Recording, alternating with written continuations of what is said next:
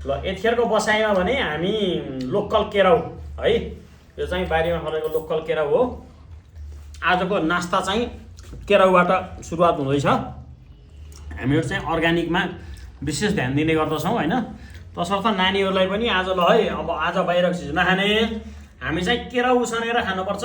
अनि यो के बनाएको रहेछ अरे, यो चाहिँ कान्छी छोरीले बनाएको आलु ब्रेड र प्याज खुर्सानी मोलेर बनाएको यो आलु पकवान हो एउटा है। यो आलु उसानेर अनि फेरि मुछेर बनाएर फ्राई गरेको पकवान हो।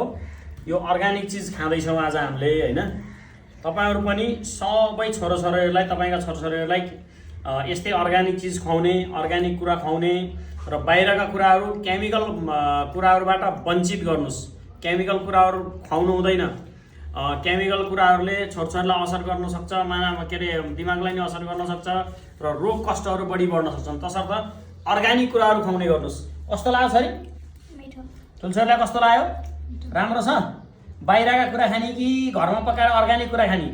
घरमा पकाएर अर्ग्यानिक। तिमीले के खाने त? बाहिरको मनपर्छ? तिमीलाई मनपर्छ? हो, त्यसैले छोरछोरीलाई